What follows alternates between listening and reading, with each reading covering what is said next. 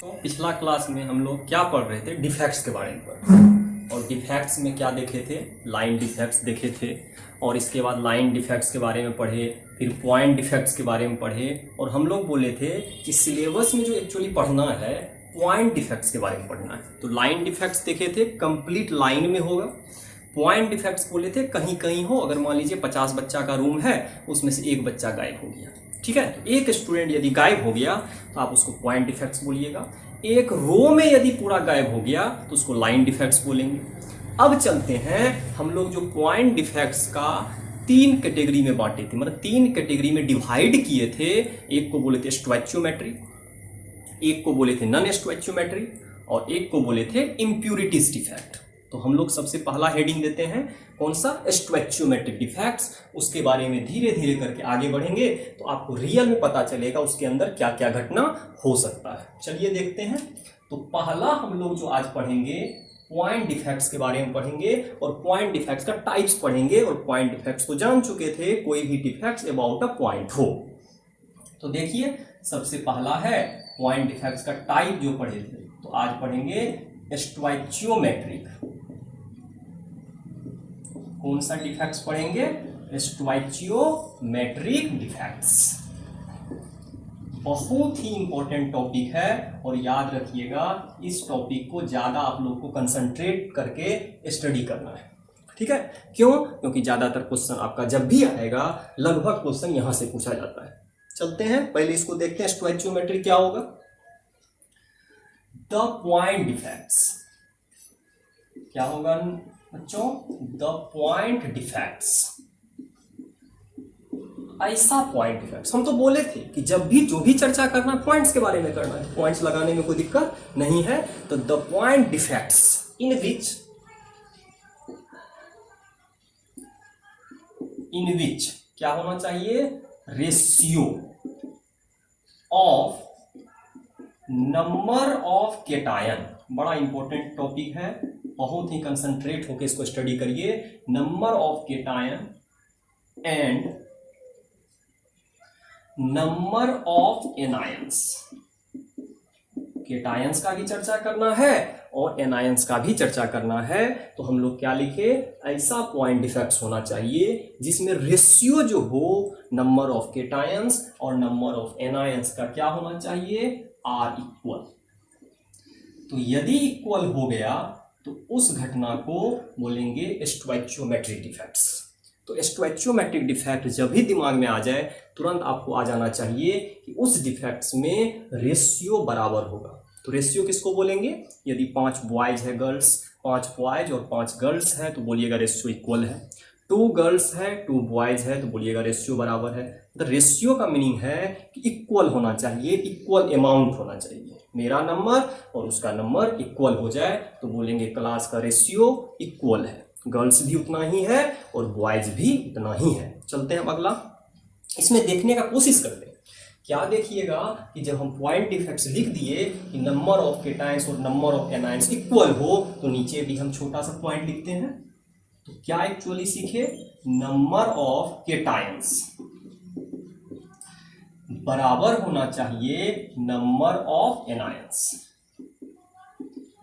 मतलब number of cations और number of anions यदि इक्वल हो गया तो समझ जाएंगे उस डिफेक्ट्स को कौन सा डिफेक्ट्स नाम देंगे, स्टोइचियोमेट्रिक डिफेक्ट्स। अब चलते हैं आगे, अब इसमें देखने का कोशिश करते हैं। एक नोट में वीवीआई पॉइंट, इसको थोड़ा सा वेरी वेरी इंपॉर्टेंट करके दिमाग में रखिएगा कि दुनिया का कोई भी डिफेक्ट्स पढ़े, केमिस्ट्री में कोई भी प्रोडक्ट बनाएंगे, हमेशा याद रखना है इलेक्ट्रिकली न्यूट्रल होना चाहिए।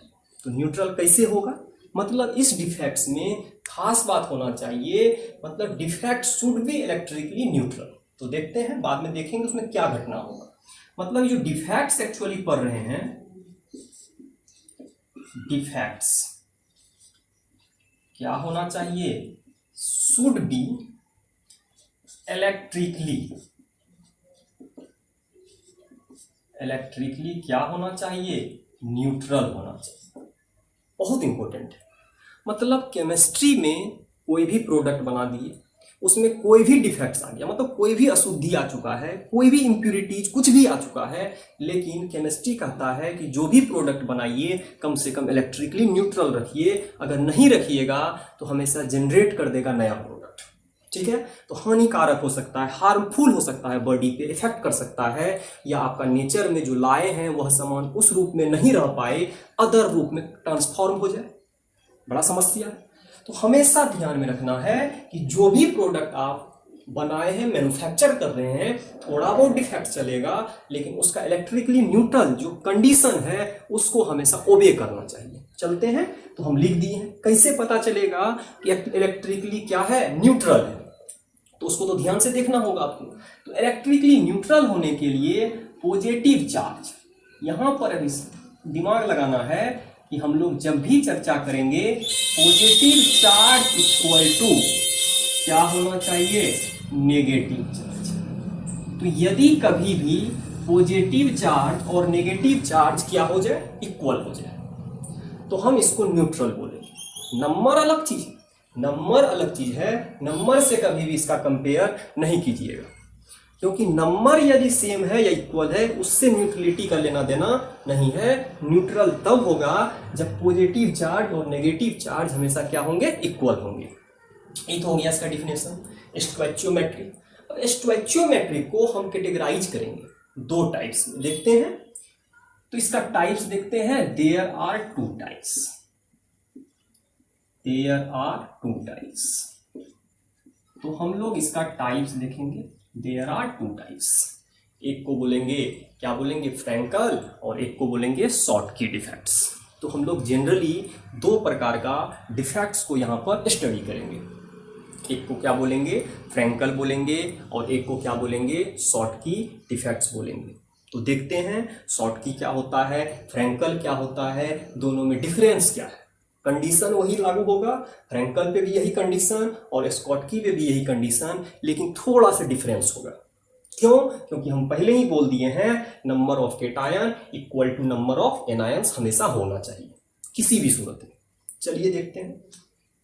तो इसका जो दो टाइप्स पढ़ेंगे, पहला टाइप्स पढ़ेंगे, कौन सा टाइप्स, एक पढ़ेंगे फ्रैंकल,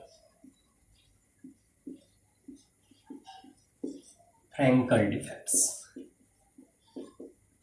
और दूसरा जो हम लोग पढ़ेंगे शॉर्टकी डिफेक्ट्स। तो हम लोग यहां से स्टोइचियोमेट्री को दो भाग में डिवाइड कर दिए, एक का नाम हो गया फ्रैंकल और एक का नाम हो गया शॉर्टकी डिफेक्ट्स। चलिए देखते हैं फ्रैंकल क्या होता है, शॉर्टकी क्या होता है। कंडीशन यही रहेगा, number of cations equal to number of anions. यदि इसमें कहीं भी चेंजिंग आया तो आपका न तो फ्रैंकल सही माना जाएगा, ना ही शॉर्टकी सही माना जाएगा, और दोनों वैज्ञानिक का नाम है, उसी के अकॉर्डिंग अपना रख दिया। एक को बोलेंगे फ्रैंकल डिफेक्ट्स और एक को बोलेंगे शॉर्टकी डिफेक्ट्स। चलिए एक एक करके स्टडी करते हैं, तब पता चलेगा। तो पहला हम लोग हेडिंग देते हैं फ्रैंकल डिफेक्ट्स। तो इस तरह का डिफेक्ट देना है, कौन सा डिफेक्ट्स है, फ्रैंकल डिफेक्ट्स। तो फ्रैंकल डिफेक्ट्स क्या होता है, बहुत इंपॉर्टेंट है। शॉर्टकी डिफेक्ट्स क्या होता है, ये भी बहुत इंपॉर्टेंट है। चलते हैं समझने का कोशिश करते हैं। एक क्लास है, बॉयज है और गर्ल्स है, 10-10 का रेशियो है, 10 बॉयज भी और 10 गर्ल्स भी आपका एक क्लास में क्या है, कंप्लीटली फील्ड है, और उस पर आप लोग हम लोग टीचिंग कर रहे हैं, आप लोग स्टडी कर रहे हैं। मान लीजिए एक डिफेक्ट्स बोल रहा है फ्रैंकल है और एक डिफेक्ट्स बोल रहा है शॉर्टकी है। अगर फ्रैंकल होगा तो क्या होगा, शॉर्टकी होगा तो क्या होगा। फ्रैंकल बोलता है कि जब भी कोई चीज मिसिंग हो, मिस मतलब क्लास छोड़े, तो क्लास छोड़े तो क्लास में ही रहना है, लेकिन क्लास में यदि रहना है तो किसी ऐसा प्लेस पे चले जाना है जहां पहले खाली था। बहुत इंपॉर्टेंट है, मतलब मिस तो करना है क्लास में, अपना प्रॉपर जगह को छोड़ना है, लेकिन अपना जब प्रॉपर जगह छोड़िएगा तो क्लास के अंदर उस स्थान पे आपको चले जाना है जहां पहले से क्या है, खाली जगह है। ये बोला फ्रैंकल। शॉर्टकी क्या बोला, शॉर्टकी बोला क्लास मिस करना है लेकिन आपको क्लास से बाहर चले जाना है। तो जब क्लास से बाहर जाइएगा थोड़ा सा शर्त आपका बिगड़ेगा। क्या? अगर क्लास के अंदर हैं तो अभी भी काउंट में 10 बच्चा, 10 गर्ल्स, 10 बॉयज काउंट हो चुका है, काउंट होगा और हमेशा देखेंगे। लेकिन जब कोई बच्चा बाहर जा रहा है तो क्लास का रेशियो बिगड़ेगा। यदि गर्ल्स बाहर चला गया अकेले तो क्या हो जाएगा, 9 गर्ल्स 10 बॉयज। यदि बॉयज अकेले चले गया तो फिर भी टेंशन, फिर भी दिक्कत आ रही है, तो आपको 9 बॉयज 10 गर्ल्स। अगर एक लड़का और एक लड़की दोनों मिस हो गया तो बहुत बढ़िया, 9 गर्ल्स और 9 बॉयज। तो इसका कहना है कि जब भी मिसिंग हो इक्वल नंबर ऑफ केटायन और एनायन मिस हो जाए। इसमें यदि कोई भी मिस हो तो क्लास के अंदर ही उस स्थान पे चले जाए जहां पहले से क्या है, वैकेंट प्लेस है। तो चलिए देखते हैं तो फ्रैंकल डिफेक्ट्स क्या होता है। तो ऐसा डिफेक्ट जिसमें मिसिंग, तो क्या मिसिंग होगा, एटम्स, पार्टिकल्स। तो पार्टिकल्स जनरली जो लेना है केटायन लेना है। केटायन का साइज स्मॉलर मान के चलेंगे। और हम लोग जब देखेंगे, क्योंकि चारों ओर जब कोई भी चीज रखिएगा उसमें छोटा का ही जगह, क्योंकि स्पेस जो वैकेंट स्पेस होता है छोटा छोटा होता है, तो उसमें छोटा सा पार्टिकल्स उसमें एडजस्ट किया जा सकता है। तो केटायन को मान के चलेंगे उसका साइज छोटा है, स्मॉलर है, और एनायन का साइज थोड़ा सा लार्ज है। ठीक है, तो जब भी मिसिंग होगा जनरली केटायन होगा। तो यहां से लिखते हैं the missing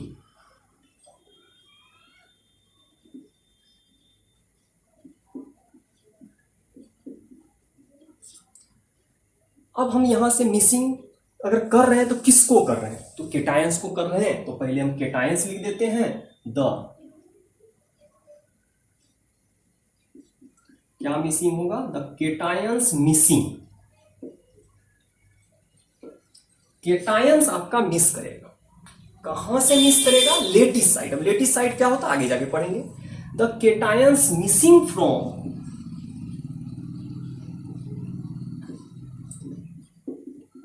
lettuce site and occupies in interstitial site. बहुत इंपॉर्टेंट टर्म है। अब बोलिएगा सर इंटरस्टेशियल साइट क्या होता है, लेटिस साइट क्या होता है, यही तो इंपॉर्टेंट है।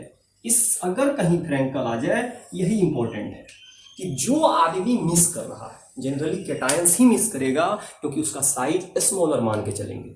तो जो आदमी मिस किया लेटिस से निकल के कहां चले गया, इंटरस्टेशियल साइट में चला गया।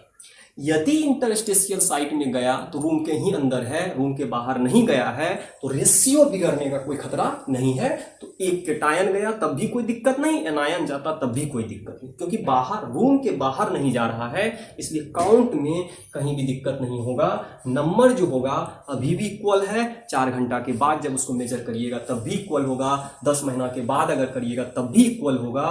क्यों, जो मिसिंग है अंदर में ही सारा काम हो रहा है, मतलब रूम के बाहर कोई भी घटना नहीं हो रहा है, क्रिस्टल के बाहर आपका कोई भी यहां पर किसी भी तरह का मिसिंग नहीं हो रहा है। चलिए देखते हैं इसके आगे, उसमें कोशिश करते हैं समझने का कि हमको बताया कि जब भी मिस होगा तो लेटिस से कहां चले जाएगा, इंटरस्टेशियल।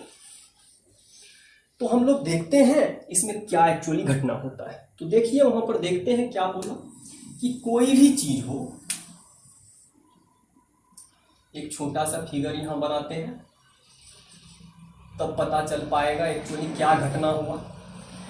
तो हम लोग जब देखेंगे तो यहां पर हमको पता चलेगा कि एक्चुअली क्या हो रहा है। तो हम लोग जब धीरे धीरे करके इसको देखते चलेंगे तो हम लोग को एक्चुअल आइडिया होगा इसमें क्या घटना हुआ। तो हम क्या बोले कि लेटिस साइट को छोड़ के इंटरस्टेशियल साइट में जाना चाहिए। तो कैसे होगा देखते हैं। पहले तो इसको कनेक्ट कर दीजिए, तो इसको कनेक्ट कर दिए, तो इसको कनेक्ट कर दीजिए। ये आपका क्या हो गया, एक दूसरे से कनेक्टेड हो गया, कनेक्टेड कर दिया। अब बोलिएगा सर इसमें लेटिस साइट कहाँ है, इंटरस्टेशियल साइट कहाँ है। जब तक आपको दोनों के बारे में आइडिया नहीं होगा तब तक आप फ्रैंकल को इजीली समझ नहीं पाइएगा। तो सबसे पहले हम लोग को देखना है कि लेटिस साइट किसे कहते हैं, इंटरस्टेशियल साइट किसको कहते हैं। तो ये जो पॉइंट देख रहे हैं, जहां जहां छोटा छोटा पॉइंट जो दिए हैं स्फीयर टाइप का, इसी को बोलते हैं लेटिस साइट। इसको कौन सा साइट बोलिएगा, लेटिस साइट, बहुत इंपॉर्टेंट है। लेटिस साइट पता चल गया, इसको क्या बोलेंगे, लेटिस साइट बोलेंगे। अब चलिए अगला, जो बीच में जितने भी स्फीयर आप देख रहे हैं, बीच बीच में क्या आ गया है, खाली जगह आ चुका है, तो उस खाली जगह को क्या बोलिएगा, इंटरस्टेशियल साइट। तो इसको क्या बोलेंगे, इंटरस्टेशियल साइट।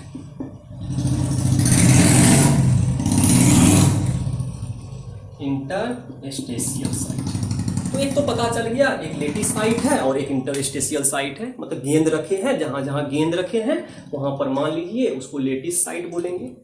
और जिस जगह पे खाली आ गया है, चार के बीच में खाली जगह है, उसको क्या बोलेंगे, इंटरस्टेशियल साइट आपको बोलना है, और हमें भी बोलना है क्योंकि नेचर में इसका नाम दे चुके हैं, ठीक है, क्रिस्टल में। अब चलते हैं, तो पहले हम सजाते हैं, यहाँ A+ है, यहाँ B- है, यहाँ A+, अल्टरनेट सजाना है, मतलब हमेशा आयनिक कंपाउंड जब भी होंगे अल्टरनेट रीअरेंज करना है। तो यहाँ पर A+ आ जाएगा, यहाँ पर B-, यहाँ पर A+, फिर यहाँ B-, यहाँ पर आपका B- तो नहीं होगा क्योंकि अल्टरनेट देना है, तो यहाँ A+ आ जाएगा आपका, यहाँ B-, यहाँ पर A+, और यहाँ पर B-। अब ध्यान से देखिए, इसमें अभी कोई भी दिक्कत नहीं है, केटायन और एनायन अपना अपना लेटिस पॉइंट पर है। हम क्या बोले, केटायन अपना लेटिस स्थान को छोड़ के कहाँ चले जाए, इंटरस्टेशियल। तो मान लीजिए यहाँ वाला पार्ट गायब हो गया, तो इसको गायब कर दीजिए, ये खाली हो गया, और ये चला गया, कहीं भी चला गया, A+, यहाँ चला गया, ठीक है। तो इसी को हम लोग बोलेंगे, जो डिफेक्ट हुआ इसी को बोलेंगे फ्रैंकल डिफेक्ट्स। अभी भी देखिए, नंबर ऑफ केटायन और नंबर ऑफ एनायन इक्वल है, तो सही बात है, नंबर ऑफ केटायन और नंबर ऑफ एनायन क्या है, इक्वल है। जितना नंबर ऑफ केटायन था उतना ही नंबर ऑफ एनायन है, इसमें कहीं भी दिक्कत नहीं आ रहा है।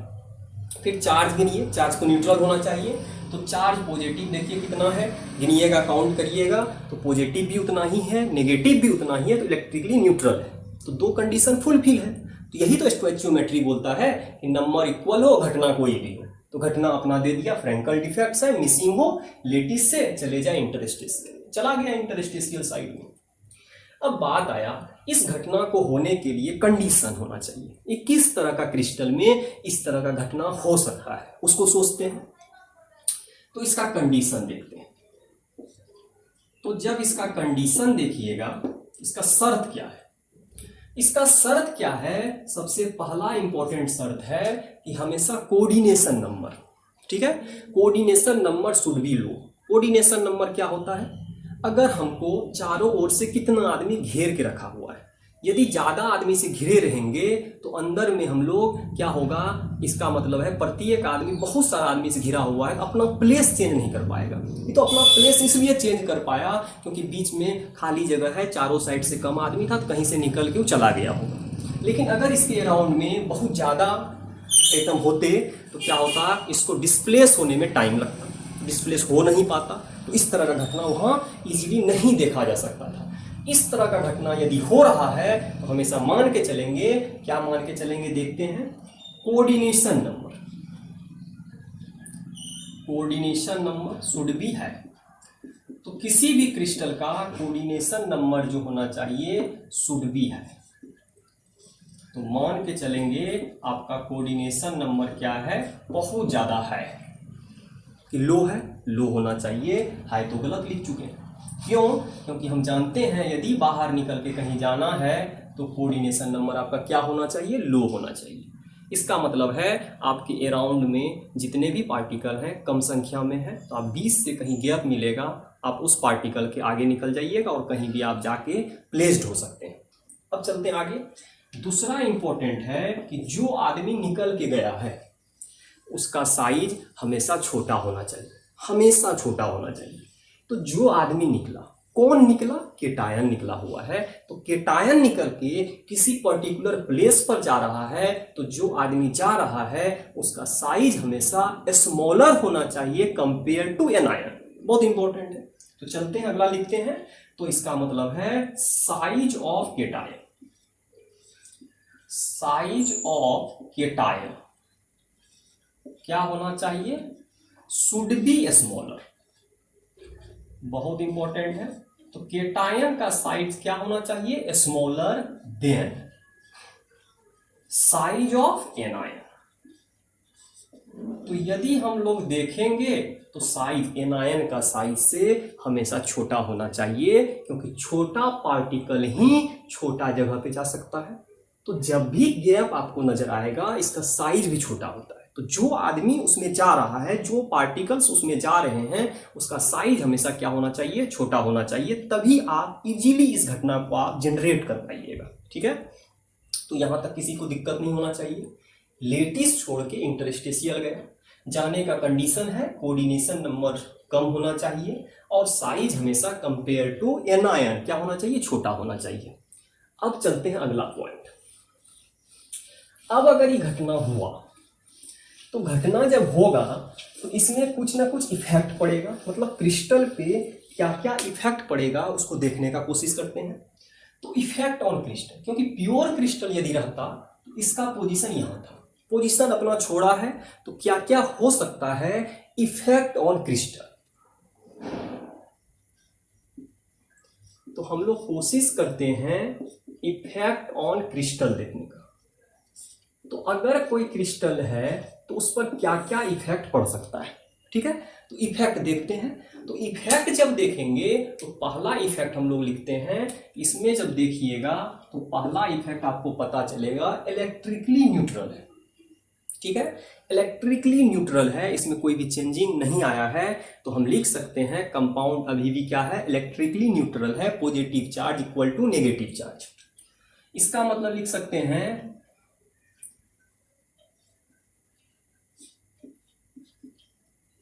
crystals is electrically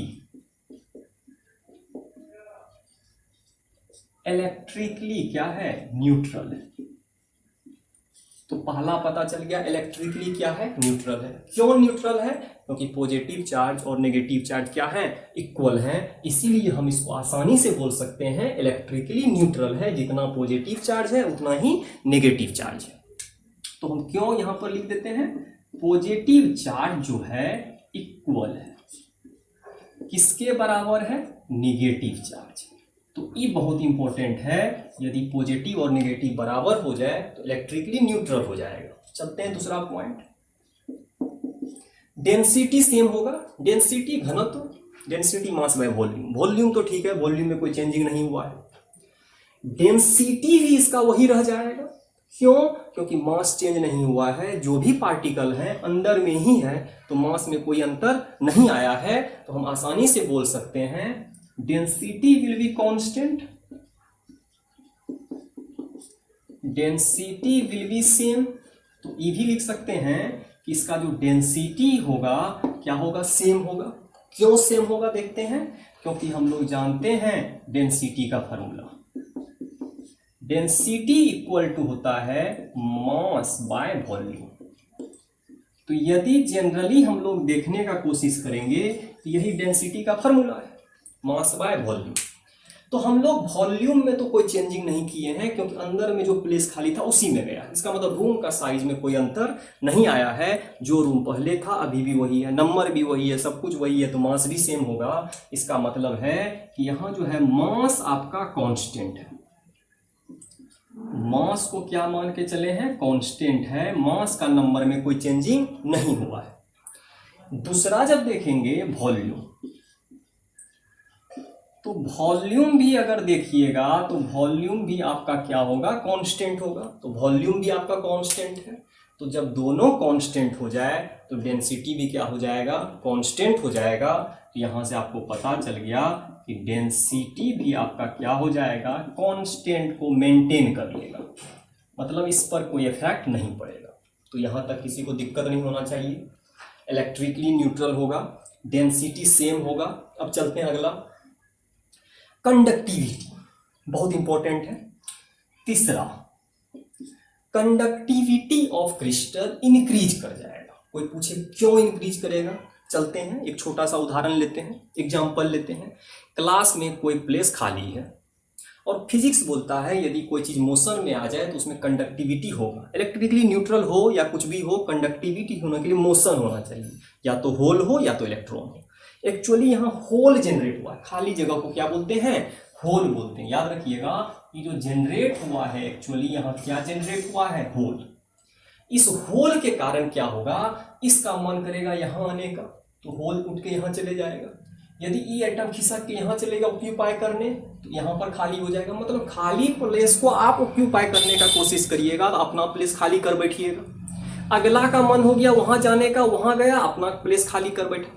मतलब आपका कोशिश था वैकेंट प्लेस को फिल करना, लेकिन कोशिश में अपना ही प्लेस वैकेंट कर बैठे। तो होल क्या हुआ, पूरा का पूरा अराउंड, पूरा का पूरा मूव करने लगेगा। और किसी भी चीज में यदि मूव हो जाए, मूवमेंट आ जाए, तो कंडक्टिविटी इंक्रीज कर जाता है, लेकिन ज्यादा नहीं करेगा क्योंकि नंबर ऑफ होल बहुत कम होगा। तो अब इसकी बात है, थोड़ा कम मात्रा में इंक्रीज करेगा। तो कंडक्टिविटी तो हम लोग आसानी से लिख सकते हैं, कंडक्टिविटी क्या करेगा, इंक्रीज करेगा टू अ स्मॉल एक्सटेंट। मतलब ज्यादा नहीं करेगा, थोड़ा मात्रा में करेगा। क्यों करेगा, due to movement of hole. Hole crystal में आपका मूव करना शुरू कर देगा, और जब मूव करने लगेगा तो आप समझ जाइएगा कि फिजिक्स में हमेशा मान के चला जाता है कि जो चीज मूव करे, मॉडर्न फिजिक्स जब स्टडी करिएगा तो उसमें पढ़िएगा, होल भी होता है और इलेक्ट्रॉन मेजोरिटी में होता है। तो जो भी मेजोरिटी में हो उसके अकॉर्डिंग हम लोग ट्रांजिस्टर के बारे में पढ़ते हैं। तो अभी तो कंडक्टिविटी बढ़ाए, किसके कारण बढ़ाए, due to movement of hole. तो कोई पूछे होल क्या हुआ, यही वैकेंट प्लेस हुआ, यही होल हो गया। ये आपका मूव करने जा रहा है, तो जैसे जैसे मूव करेगा ऑब्वियसली बात है कंडक्टिविटी इंक्रीज कर जाएगा। और कंडक्टिविटी जब इंक्रीज करेगा तो ज्यादा मात्रा में नहीं करेगा, थोड़ा थोड़ा करके करेगा। तो धीरे धीरे स्लाइटली इंक्रीज करेगा, तो अचानक ज्यादा इसमें कहीं भी डिमेरिट आ रहा है, डिमेरिट के साथ साथ कुछ अच्छाई भी आ रहा है, कंडक्टिविटी थोड़ा सा इंक्रीज कर गया। अब चलते हैं अगला। हम तो पढ़ लिए न्यूट्रलिटी होता है, आपका मास और डेंसिटी चेंज नहीं करेगा। इसके बाद कंडक्टिविटी आपका इंक्रीज करेगा, स्लाइटली इंक्रीज करेगा, थोड़ा मात्रा में करेगा। अब चलते हैं चौथा पॉइंट, स्टेबिलिटी। स्टेबिलिटी घटेगा due to presence of hole. क्यों, क्योंकि खोखला हो जाएगा, बीच में खाली जगह आ गया है, और खाली जगह आ जाए तो अब पक्का है आपका स्टेबिलिटी घट जाएगा। चलते हैं, due to presence of hole, due to presence of hole क्या होगा, स्टेबिलिटी, मजबूती उसका घट जाएगा। स्टेबिलिटी ऑफ क्रिस्टल क्या होगा, डिक्रीज कर जाएगा, मतलब थोड़ा सा घट जाएगा। क्यों घटेगा, पेन है, पेन के बीच में गैप है, तो पेन ज़्यादा मजबूत नहीं हो सकता। अगर पूरा का पूरा पैक है तो ज़्यादा मजबूत होगा। तो होल जब आया तो बीच में गैप आ गया, तो जो गैप आया तो गैप मूव करने लगा, और मूव करते रहेगा गैप, तो पक्का है आप में क्या आ जाएगा, वीकनेस आ जाएगा, आपका बॉडी क्या होगा, कमजोर पड़ जाएगा। तो इसका भी बॉडी कमजोर पड़ गया। तो बॉडी जब कमजोर हुआ तो स्टेबिलिटी क्या हो जाएगा, डिक्रीज कर गया। सबसे इंपॉर्टेंट है कि हम लोग जब इतना चीज देखेंगे तो हम पाएंगे क्या क्या घटना इसमें हो रहा है। अब चलते हैं पांचवा पॉइंट। पांचवा है dielectric constant. Dielectric constant increase कर जाएगा। कैसे इंक्रीज करेगा उसको भी देखेंगे। डाइलेक्ट्रिक कांस्टेंट तब किसी चीज का, इसको हम नीचे नहीं कर सकते, मतलब डाइलेक्ट्रिक कांस्टेंट का वैल्यू को डिक्रीज नहीं किया जा सकता है, इंक्रीज किया जा सकता है, थोड़ा बहुत इंक्रीज कर सकते हैं। और इंक्रीज तभी होगा जब same nature of charge closely placed हो जाए, मतलब डिस्टेंस यदि ज्यादा है, उसके बीच में अगर दो बॉयज के बीच में एक बॉयज और प्लेस्ड हो जाए तो सबका डिस्टेंस नजदीक आ जाएगा, और डिस्टेंस यदि नजदीक हो गया तो डाइलेक्ट्रिक कांस्टेंट का वैल्यू इंक्रीज करेगा। तो हम यहां से आसानी से पढ़ सकते हैं, इधर वाला तो देख चुके हैं, इधर वाला तो मिटा देते हैं। तो हमको देखना क्या है कि डाइलेक्ट्रिक कांस्टेंट का वैल्यू क्या करेगा, इंक्रीज कर जाएगा। तो अब चलते हैं आगे। तो डाइलेक्ट्रिक कांस्टेंट बहुत इंपॉर्टेंट है। Dielectric constant, dielectric constant of crystal increase करेगा। क्यों इंक्रीज करेगा, इसको आसानी से समझते हैं। ये तभी इंक्रीज करता है बिकॉज सेम नेचर ऑफ क्या होगा, चार्ज, क्लोजली प्लेस्ड हो गया। मतलब बहुत यदि नजदीक आ जाए, सेम नेचर ऑफ चार्ज यदि बहुत नजदीक आ जाए, उस समय आपको यह घटना मिलेगा कि डाइलेक्ट्रिक कांस्टेंट का वैल्यू हमेशा इंक्रीज कर जाएगा। डाइलेक्ट्रिक कांस्टेंट को अपसाइलेंट से दिखाते हैं, इसी को डिनोट किया जाता है डाइलेक्ट्रिक कांस्टेंट। और डाइलेक्ट्रिक कांस्टेंट है तो ये वैल्यू तो फिक्स होगा, लेकिन थोड़ा बहुत इंक्रीज हो सकता है, डिक्रीज नहीं कर सकते हैं। कांस्टेंट है, फिक्स होता है। तो फिजिक्स में जब भी हम लोग इलेक्ट्रोस्टैटिक्स चैप्टर पढ़िएगा तो उसमें जनरली इसका यूज होता है, ठीक है। तो हम लोग अब देखते हैं क्यों इंक्रीज किया। इंक्रीज करने का कोई ना कोई रीजन होगा, तो देखने का कोशिश करते हैं। हम लिखे हैं कि same nature of charge close आ जाए, नजदीक आ जाए। तो नजदीक कैसे आएगा, यहां पर देखेंगे तब आपको पता चलेगा कैसे नजदीक आएगा। चलिए कोशिश करते हैं देखने का। एक छोटा सा फिगर लेते हैं तो आपको ज्यादा क्लियर होगा। तो यदि हम यहां से देखने का कोशिश करेंगे तो मान लीजिए ज्यादा बड़ा फिगर नहीं बनाएंगे। तो अब हम इसमें देखते हैं कि फ्रैंकल हमको लाना है, डिफेक्ट्स लाना है। तो यहां पर आ गया A प्लस, यहां आ गया B माइनस, यहां आ गया A प्लस, यहां B माइनस, यहां पर A प्लस और यहां पर B माइनस। यहां का A यहां से आपका लेटिस से चला जाए इंटरस्टेशियल साइड में। जब आप यहां पर देखिएगा क्या, क्लोजली आ गया है, मतलब सेम नेचर ऑफ चार्ज। यहां पर सेम नेचर ऑफ चार्ज जो है, नेचर ऑफ चार्ज